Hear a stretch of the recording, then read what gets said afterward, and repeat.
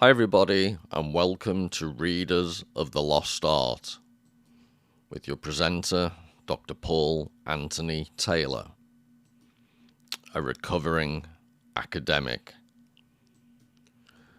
Hi everyone. Today I'm going to look at a novel called A Man Without Qualities and a poem called The Hollow Men.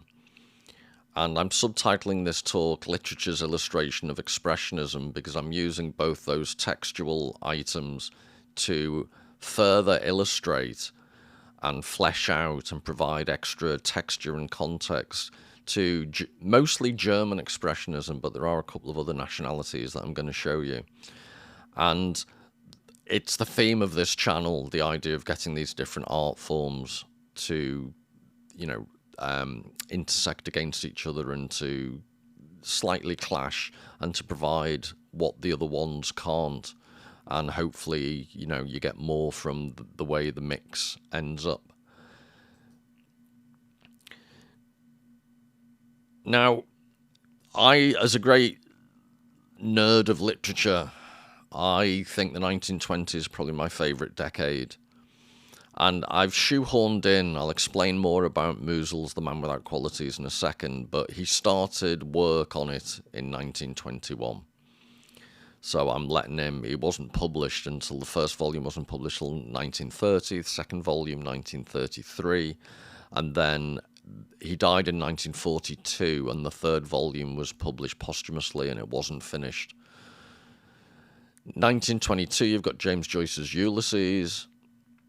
Some people would argue, alongside with Proust, maybe the best novel ever written, although probably the most difficult as well. Then you've got, arguably again, one of the most difficult poems, but arguably one of the best, 1922, T.S. Eliot's The Wasteland. 1924, a massive favourite of mine, Thomas Mann's The Magic Mountain. And in a future video, I will be doing at least a short excerpt. That there's a very disturbing short excerpt from The Magic Mountain called, is it Snow? I think it's just the chapter. And yeah, it's quite disturbing. But anyway, stop putting me off. 1925, T.S. Eliot's The Hollow Men is the poem I'm going to end with. And I want to lead up to that by showing you how various paintings help provide some of the context for when T.S. Eliot was writing. So, in that vein, this is a Ludwig Meidner painting. And when I was preparing this, it made me think, I couldn't find any references, but if anyone knows the cartoonist Robert Crumb, it strikes me that he must have been influenced by Meidner if he'd seen his work. But if I'd have been the publisher of A Man Without Qualities, the paperbacks, Picador at least, in the 1980s and 90s, they used Egon Schiele for the 3-volume collection. And I think this is better. I think this summarises a portrait sense. It summarises or encapsulates the sense of alienation, the almost caricature of what it is to be a human being that was prevalent in the 1910s and 20s and that fueled much of German Expressionism. And this is the other side. So I've shown you a portrait, but I wanted you to see this because it's the angles that come out of this painting for me. And one of the themes of the subsequent talk is going to be about the alienation and fragmentation of urban centres that were springing up, or the rapidly expanding cities like Berlin, like Paris, and in the novel A Man Without Qualities, Vienna. And with that rapid expansion came a sense of alienation. And I think you're beginning to get a hint of it. And try and remember this painting, because I'm going to show you another one in a second that I think there are slight parallels. A painting that preempted this, that came a couple of decades before.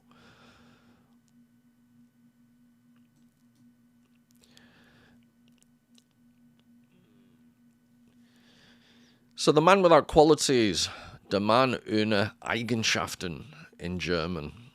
And the two of the key characters, there's the protagonist Ulrich, and there's who is a highly rational. I think he trains as a mathematician stroke engineer. He's a quite well-to-do young gentleman about town. And then his alter ego, the flip side, is Moosbrugger, who's a psychopath who murders prostitutes. So one is emblematic of the rationality of the time, and the other is this dark underside. So remember, around about this time, Freud is very active in Vienna, and he is obviously exploring, the deep unconscious of otherwise incredibly polite Viennese society. So they're just a great contrast, the ultra-rational and the psychopathic. And then part two of the three volumes, this idea, pseudo-reality prevails. So remember, Musil starts the trilogy in the 1920s, so it's almost 100 years before TikTok, Facebook, all these pseudo-reality social media manifestations. So it's a great title to describe the present environment. And that's what interests me about the 1920s literature. It's actually describing often the earliest trends that we don't realize lay the groundwork for the society we live in today.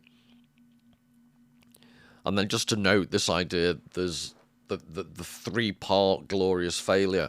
It's a 3-volume work over 1,700 pages, and it still wasn't finished. In the last couple of decades of Musil's life, he didn't get much recognition, and he always felt hard done by. So I suppose an implicit theme of this channel is often also the posterity, the legacy of various artists. So he may not have had much success in his own lifetime, but in European literature, I don't think The Man Without Qualities always gets put up as high as it should be. But it's in the pantheon of European literary greats, if you ask me.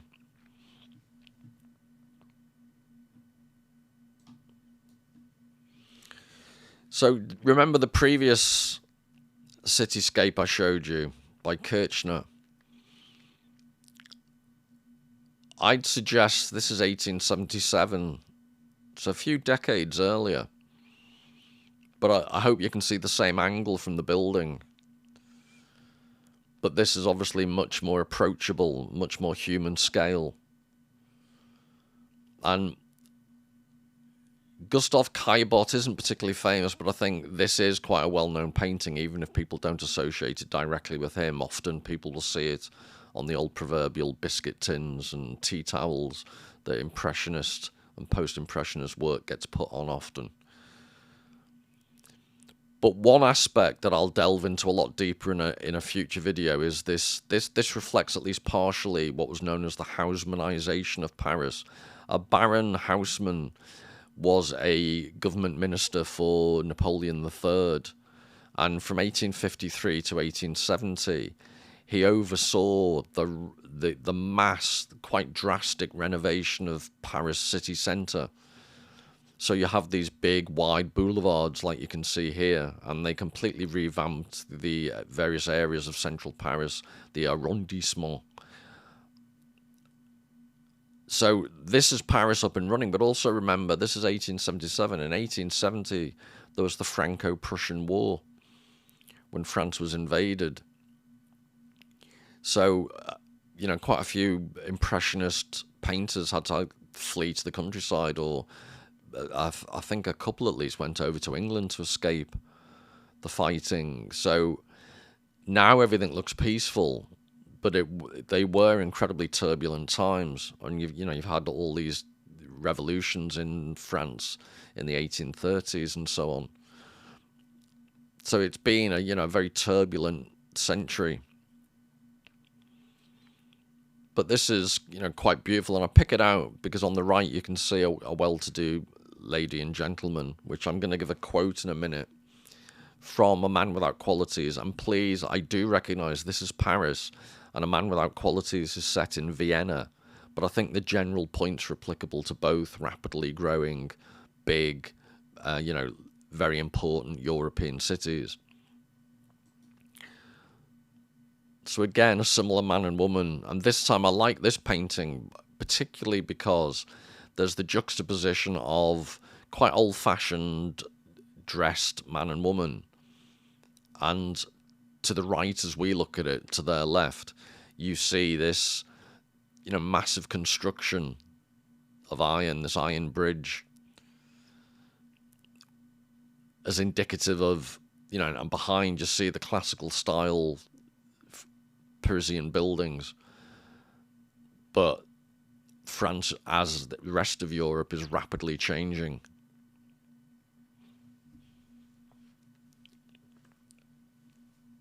So with that in mind, if you let me find my place, I'll read you just a little bit. To give you a sense, I've shown you some of the cityscapes from Expressionism, but I want to give you the literary context as to where some of the feeling for those paintings came from. So this is the very first page of A Man Without Qualities, describing central Vienna in 1913.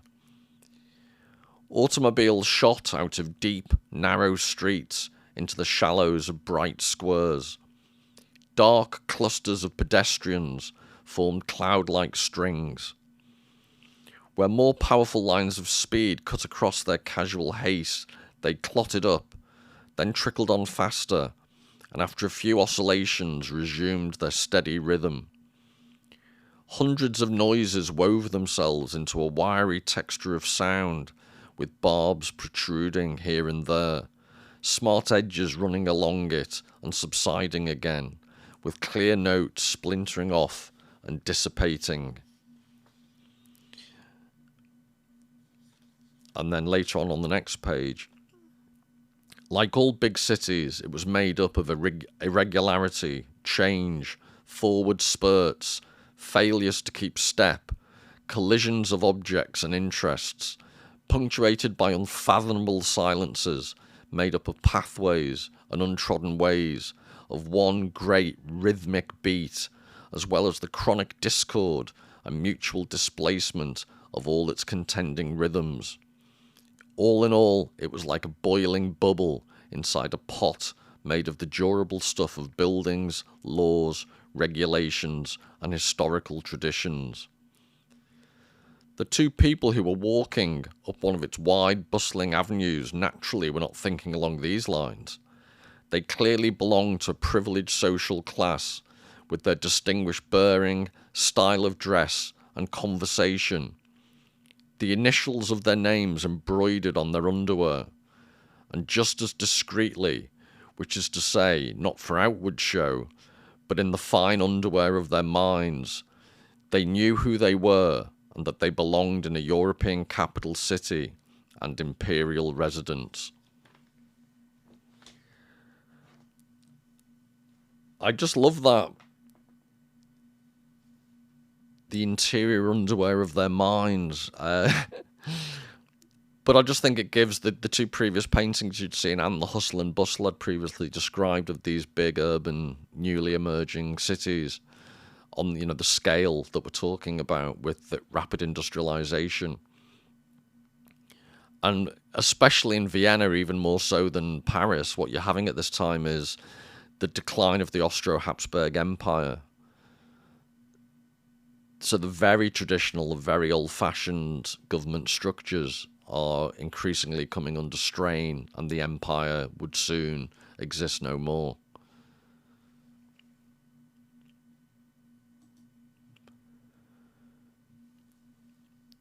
So this is another Caillebotte painting. As the name says, man on a balcony. And why I like this is because I think it goes to It's very resonant with the description Musil gives of Ulrich. So I'll read that to you now. This is from chapter 2 of A Man Without Qualities. He was standing behind a window, gazing through the fine green filter of the garden air to the brownish street beyond. And for the last 10 minutes he had been ticking off on his stopwatch the passing cars, trucks, trolleys and pedestrians whose faces were washed out by the distance, timing everything whirling past that he could catch in the net of his eye. He was gauging their speeds, their angles, all the living forces of mass hurtling past that drew the eye to follow them like lightning, holding on, letting go, forcing the attention for a split second to resist, to snap, to leap in pursuit of the next item. Then, after doing the arithmetic in his head for a while, he slipped the watch back into his pocket with a laugh and decided to stop all this nonsense. If all those leaps of attention, flexing of eye muscles, fluctuations of the psyche, if all the effort it takes for a man just to hold himself upright within the flow of traffic on a busy street could be measured, he thought, as he toyed with calculating the incalculable, the grand total would surely dwarf the energy needed by Atlas to hold up the world. And one could then estimate the enormous undertaking it is nowadays merely to be a person who does nothing at all. At the moment, the man without qualities was just such a person. And later on the page, no matter what you do, the man without qualities thought with a shrug, within this mare's nest of forces at work, it doesn't make the slightest difference.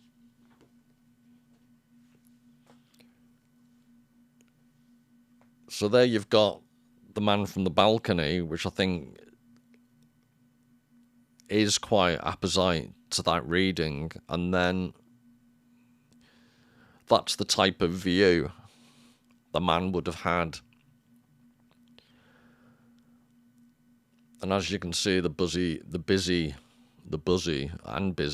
thoroughfare with the people who which will look like little ants, which will be a theme that we'll see within Expressionist art. So this is pre-Expressionist, this is still Impressionism.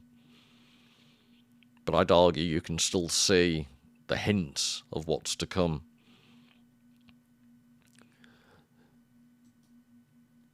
So I think you're moving into, you see, again, how I've just read Ulrich's perceptions of the dynamic, speed-ridden town. Here you have a representation of that from the So this is 1924. I think it's Amsterdam. But remember, Musil's writing in Vienna I think he started in 1921, so it's very contemporary to his writing. But this is still, it shows you the dynamic forces at work, but it's not particularly disturbing, I wouldn't say. It's just, there's a hint of it's not on a human scale. It's busy, busy, busy. It's little ants scurrying around. But then, in paintings like this, you get much more of a sense of the claustrophobia.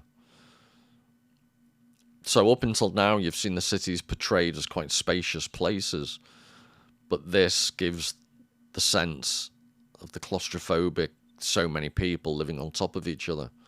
And on the left-hand side, you can see these dark characters, almost from the grave, quite spectral.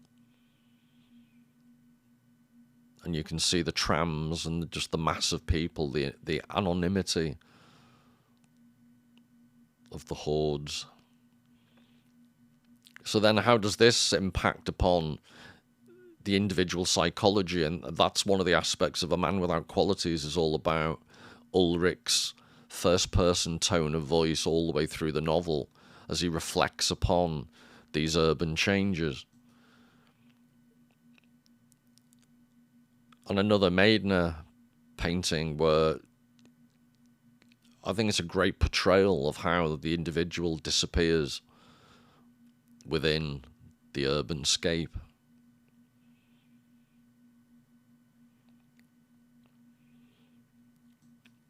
And then on a bigger scale, this is Kirchner, this time in Dresden.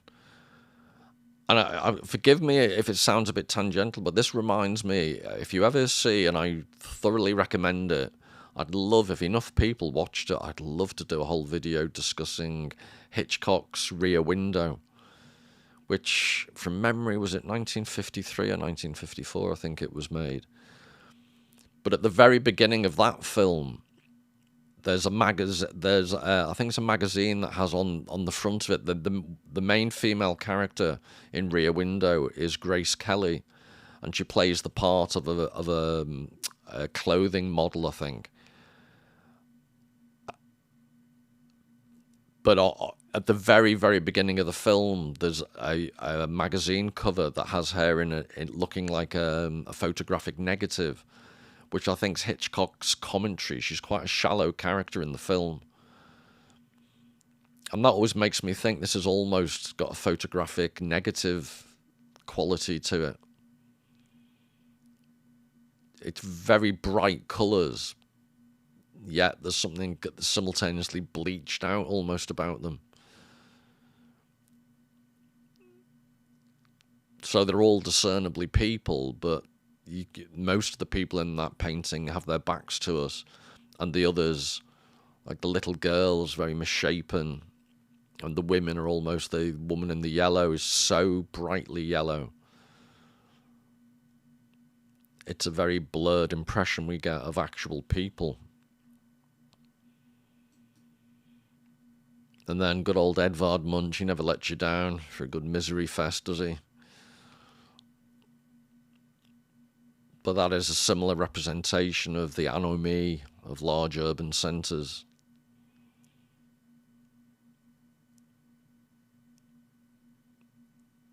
And given that it's Scandinavia, it's not even, that urban compared to Vienna, Paris, Berlin, but still, he's portraying this just torrent of people, ghoulish.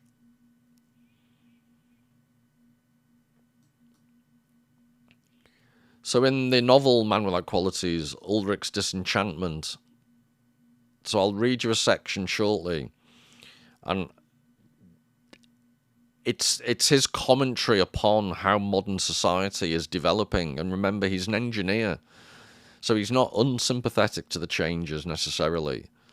He's not an old fogey like me. He's not part of the declining Austro-Habsburg bureaucracy.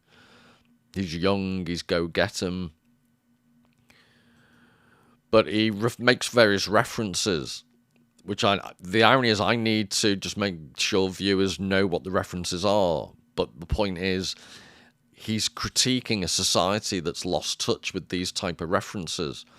So people may have come across Baron Munchausen from Terry Gilliam did a famous film. I think it was very chaotic in the making and it lost a fortune. But typical Terry Gilliam, he had a go. But Baron Munchausen, I think it was from 1785. He was like a 18th century Walter Mitty character. It's a fictional account of this exaggerator's travels in Russia. And the post horn that's referred to is, he describes being on a sleigh going through the Russian countryside. And the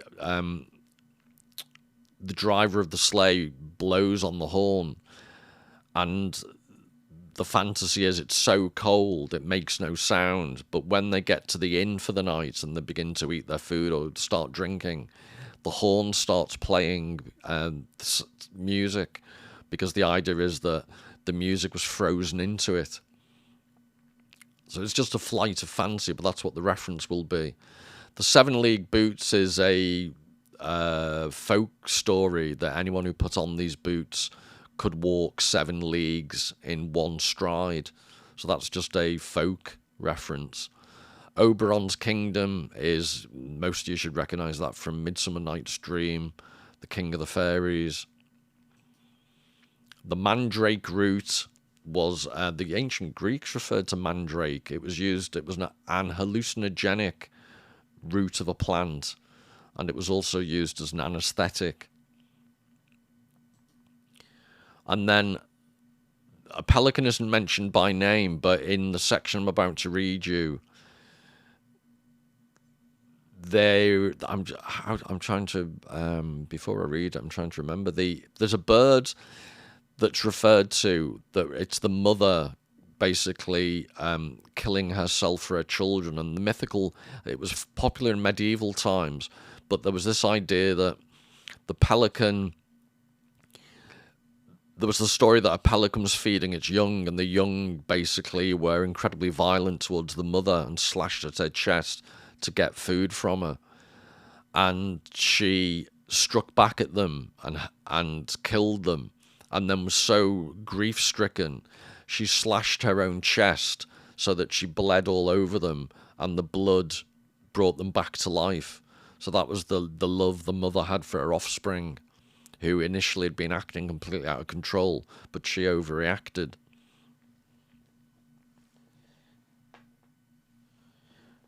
So they're the elements of the disenchantment. And if I can find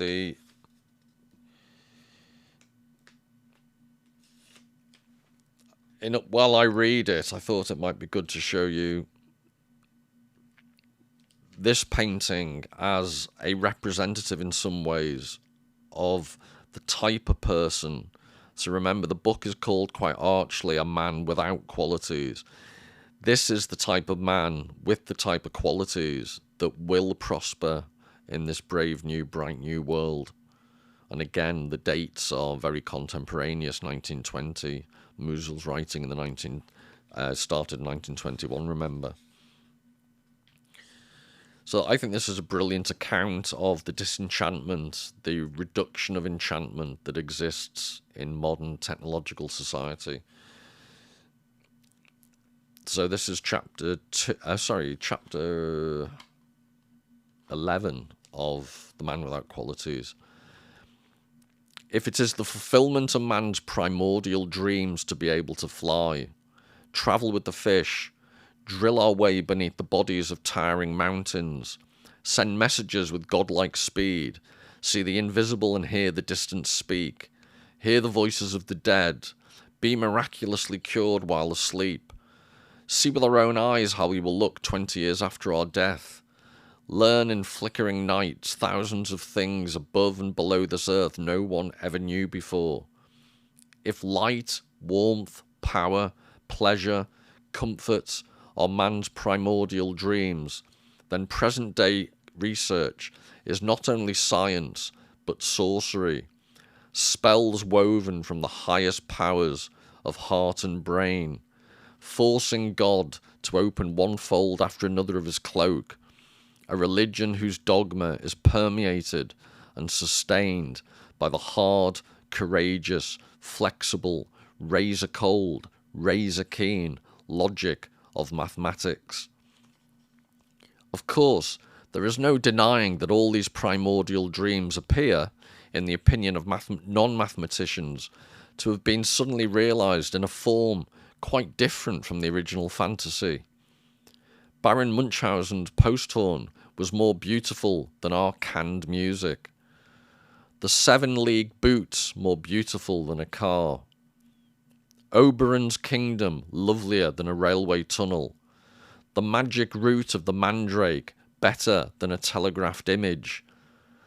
Eating of one's mother's heart and then understanding birds more beautiful than an ethologic study of a bird's vocalizing. We have gained reality and lost dream. No more lounging under a tree and peering at the sky between one's big and second toes. There's work to be done. To be efficient, one cannot be hungry and dreamy, but must eat steak and keep moving. It is exactly as though the old, inefficient breed of humanity had fallen asleep on an anthill and found, When the new breed awoke that the ants had crept into its bloodstream, making it move frantically ever since, unable to shake off that rotten feeling of ant-like industry. There's really no need to belabor the point, since it is obvious to most of us these days that mathematics has taken possession, like a demon, of every aspect of our lives. Most of us may not believe in the story of a devil to whom one can sell one's soul, but those who must know something about the soul, considering that as clergymen, historians and artists they draw a good income from it, all testify that the soul has been destroyed by mathematics, and that mathematics is the source of an evil intelligence, that while making man the lord of the earth, has also made him the slave of his machines. The inner drought, the dreadful blend of acuity in matters of detail and indifference toward the whole, man's monstrous abandonment in a desert of details, his restlessness, malice, unsurpassed callousness, money-grubbing, coldness and violence, all so characteristic of our times, are by these accounts solely the consequence of damage done to the soul by keen, logical thinking. Even back when Ulrich first turned to mathematics, there were already those who predicted the collapse of European civilization, because no human faith, no love, no simplicity, no goodness dwelt any longer in man. These people had, all typically, been poor mathematicians as young people and at school. This later put them in a position to prove that mathematics, the mother of natural science and grandmother of technology, was also the primordial mother of the spirit that eventually gave rise to poison gas and warplanes.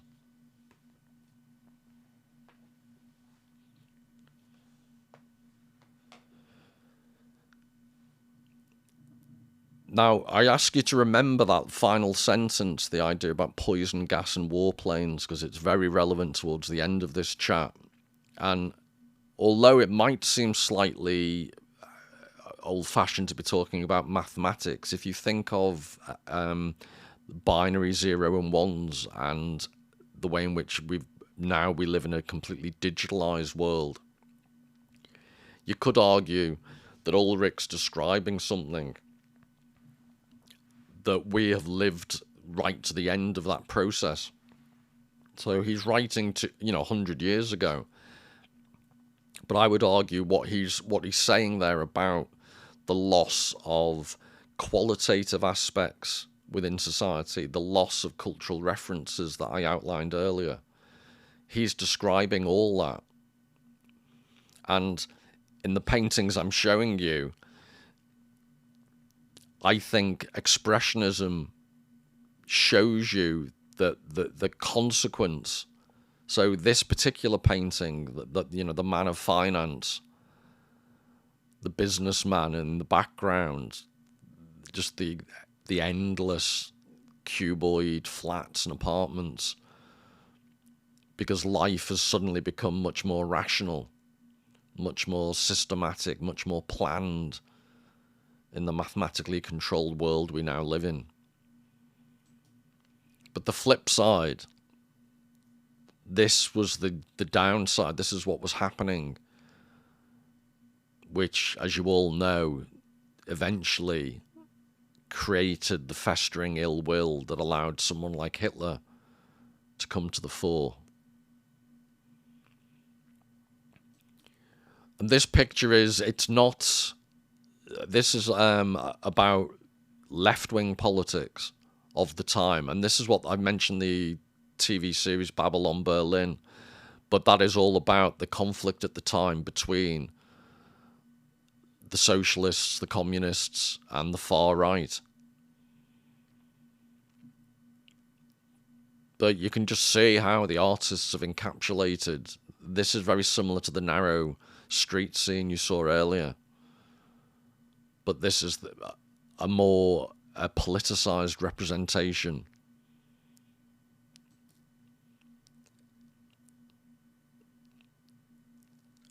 And this was from memory. This was a left-wing speaker, but the point, it doesn't really matter whether it's left or right. The point, and I just think, what a prescient painting of what was to come. And similarly, the same era, of painting, very, very prescient of what was to come. The mass hallucination of a whole people to a powerful orator, someone who could make things mean something, because there was so much alienation, fragmentation, loss of meaning, loss of all those cultural references that used to mean something and no longer did. And then if you can think back to that statement of Ulrich's about the power of mathematics, and if you think of not necessarily straight mathematics, but the application of mathematics into rational planning, distribution networks, and I just think you've got this horrible prescient picture of 1933. So I think it's an under-acknowledged aspect of the death camps that the railways were absolutely essential to their functioning. And I will always be convinced artists have this prescient sixth sense of what's on the horizon. And you could argue, well, that's just a train and a station, but given it's in the context of all the other paintings I'm showing you, there is this strong sense of what is to come.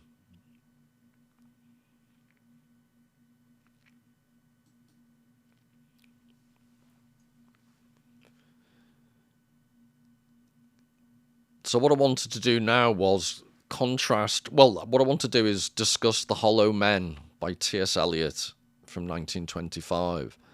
And the last image I'll show you is an image, a painting called Soldiers Poisoned with Gas, because I'm sure there are others, but I think that particular painting very powerfully encapsulates some of the meaning in T.S. Eliot's The Hollow Men.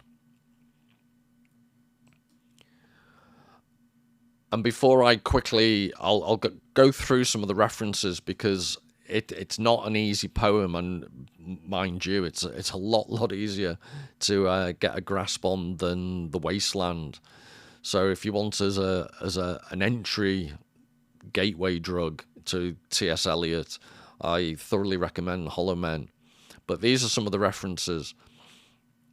So in the epigraph, which I'll read the whole thing, but in the epigraph, there's mention of Penny for the Guy. And if you're not a British audience, Guy Fawkes was a Catholic conspirator, and they him and his co-conspirators rented a cellar in the basement of Parliament, and they were caught before they managed to blow up, basically as an early act of terrorism, blow up the British Parliament. So Guy Fawkes has and in modern times, what young kids do is they create a straw man that they take around or leave on shop doorways and ask passers-by, penny for the guy. And with the money, when I was growing up, you'd go off and buy fireworks with it, because bonfire night was the night everyone celebrated the capture and killing of the execution of Guy Fawkes. And the straw man, would be thrown on a bonfire. So this is why we're all a bit demented, us British people. But the key relevance of these references for the poem are, there's Guy Fawkes as someone who rented a dry cellar, but there's also the idea of when soldiers do training, basic training, learning bayonet skills, they stab straw men. And a subtext of The Hollow Men, remember, it's the aftermath of the First World War and all the horrors that came with that.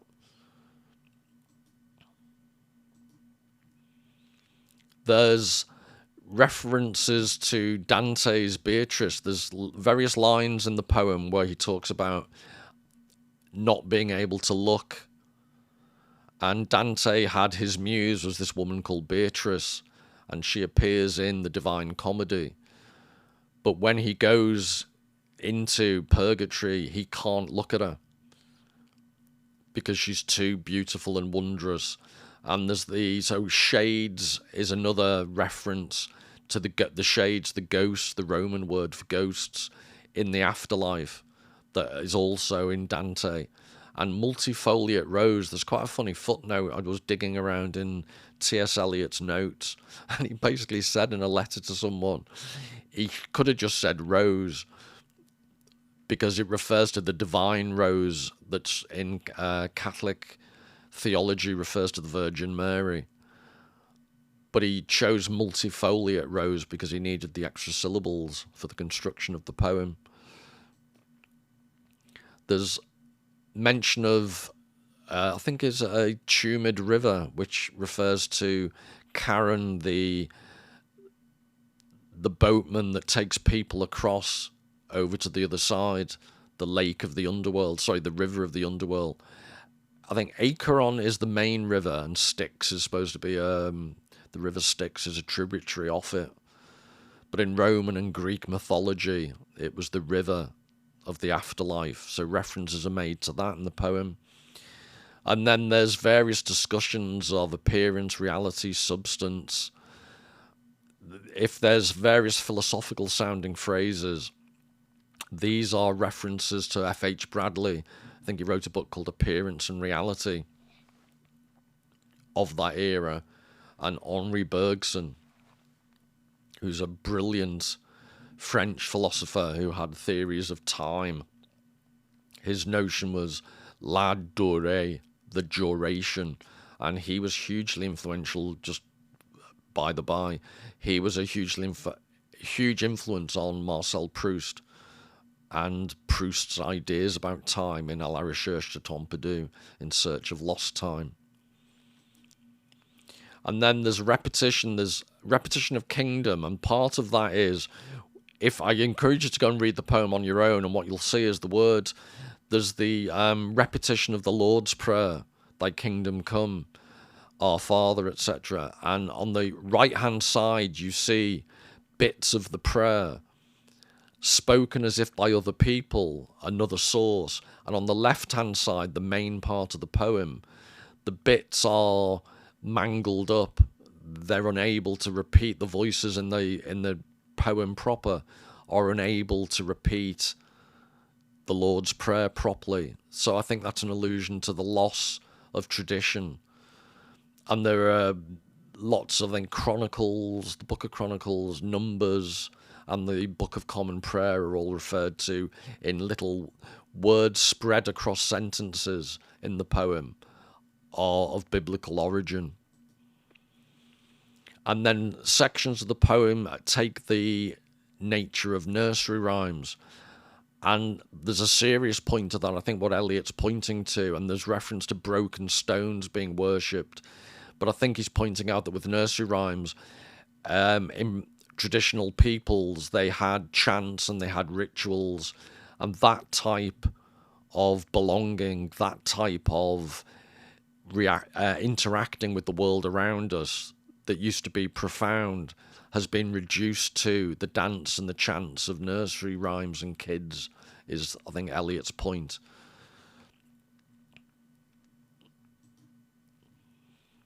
And then at the very beginning, there's the phrase, Mr. Kurtz, he dead, which is a reference to the character Kurtz from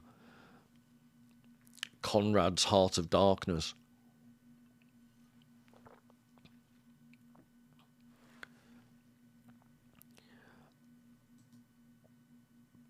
And if you'll let me, I'll read a section. The first section from Heart of Darkness. Now, the first section is when the narrator, Marlowe, witnesses the death of Kurtz. And I really encourage you, this poem, that I'm going to read you after this, the Hollow Men. There's a version of Marlon Brando doing it you can find on YouTube, and it's spliced with footage from the film Apocalypse Now, which in turn was based upon Conrad's novel The Heart of Darkness. So the first section I wanted to read to you was the death of Kurtz. And then the second section will be Marlowe goes back, because this all happens in the middle, I think it's the Congo, but the middle of Africa. And he goes back to the fiancée of Kurtz and lies to her because she wants to know what his final words were. And he lies to his fiancée and basically says he said your name. But when he reflects upon that, he uses a lot of words about shadows. And shadows are mentioned in Eliot's poem as well. So the fact that there's an epigraph about Kurtz at the beginning of the poem, I think Eliot saw Conrad's Heart of Darkness as containing or reflecting quite a few of the themes he was talking about: the death of Western civilization, the loss of meaning, and hence the talk about shadows, etc.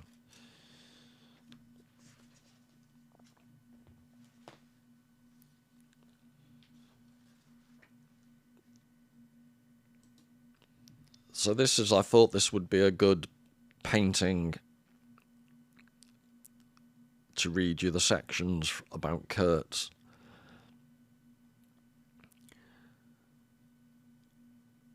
So this is Marlowe. Oh, and before I start, he refers to pilgrims.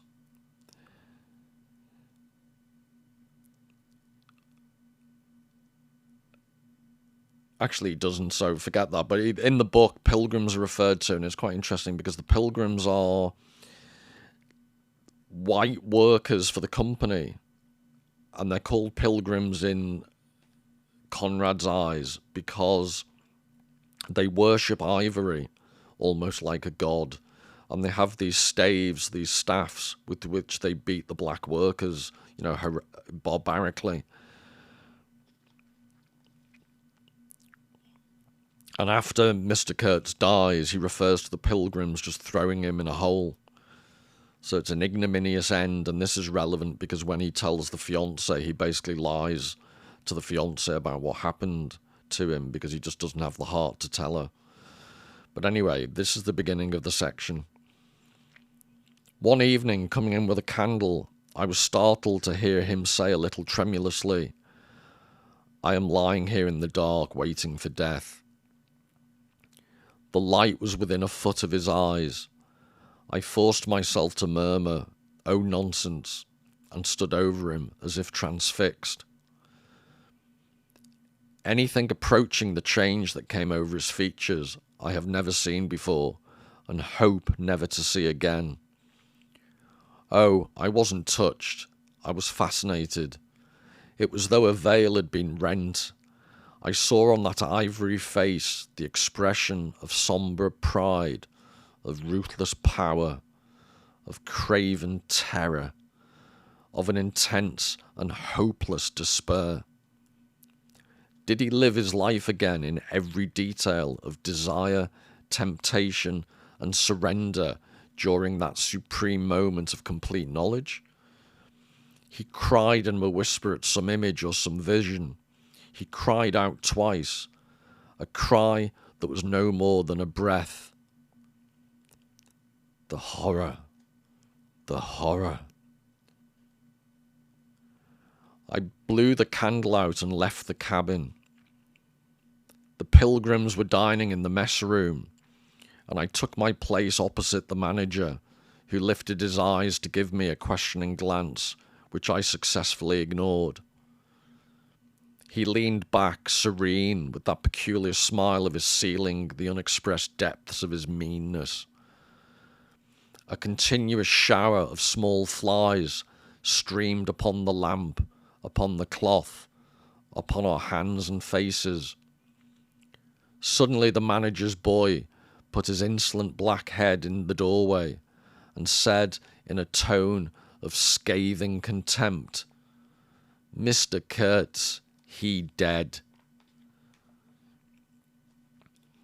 So I was right, the pilgrims were mentioned in that section, so I'm glad I did explain it. But this is the section where he goes to talk to the fiancée. And it's him reflecting, Marlowe reflecting. I thought his memory was like the other memories of the dead that accumulate in every man's life. A vague impress on the brain of shadows that had fallen on it in their swift and final passage. But before the high and ponderous door, between the tall houses of a street as still and decorous as a well-kept alley in a cemetery, I had a vision of him on the stretcher, opening his mouth voraciously, as if to devour all the earth with all its mankind. He lived then before me. He lived as much as he had ever lived, a shadow insatiable of splendid appearances, of frightful realities, a shadow darker than the shadow of the night, and draped nobly in the folds of a gorgeous eloquence. The vision seemed to enter the house with me, the stretcher, the phantom bearers, the wild crowd of obedient worshippers, the gloom of the forests, the glitter of the reach between the murky bends, the beat of the drum, regular and muffled like the beating of a heart, the heart of a conquering darkness.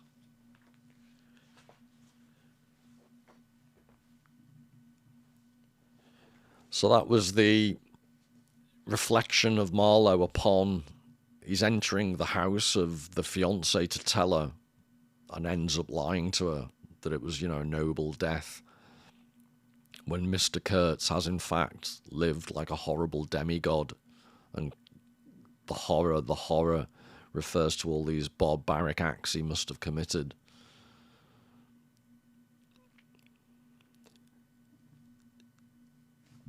So I'll finish with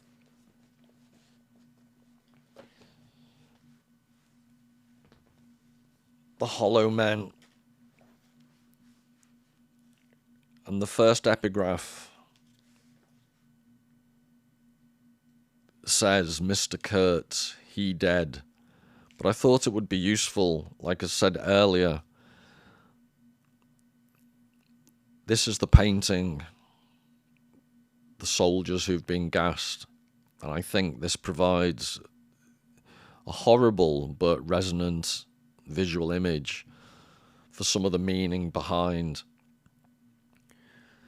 the poem, because kingdoms are mentioned throughout. And there's the kingdom of the Lord's Prayer, but remember, this is not that long after the First World War, when people were fighting over areas of maps, earthly kingdoms. So the Hollow Men, a penny for the old guy. We are the hollow men, we are the stuffed men, leaning together, headpiece filled with straw, alas. Our dried voices, when we whisper together, are quiet and meaningless as wind in dry grass, or rats' feet over broken glass in our dry cellar. Shape without form, shade without colour, paralysed force, gesture without motion. Those who have crossed with direct eyes to deaths of the kingdom, remember us, if at all, not as lost violent souls, but only as the hollow men, the stuffed men. Eyes I dare not meet in dreams, in death's dream kingdom, these do not appear. There the eyes are sunlight on a broken column. There is a tree swinging, and voices are in the wind singing, more distant and more solemn than a fading star. Let me be no nearer in death's dream kingdom. Let me also wear such deliberate disguises. Rat's coat, crow skin, cross staves, in a field behaving as the wind behaves, no nearer. Not that final meeting in the twilight kingdom, with eyes I dare not meet in dreams. This is the dead land. This is the cactus land. Here the stone images are raised. Here they receive the supplication of a dead man's hand under the twinkle of a fading star. Is it like this in death's other kingdom, walking alone at the hour when we are trembling with tenderness, lips that would kiss form prayers to broken stone? The eyes are not here. There are no eyes here in this valley of dying stars, in this hollow valley, this broken jaw of our lost kingdoms. In this last of meeting places, we grope together and avoid speech, gathered on this beach of the tumid river.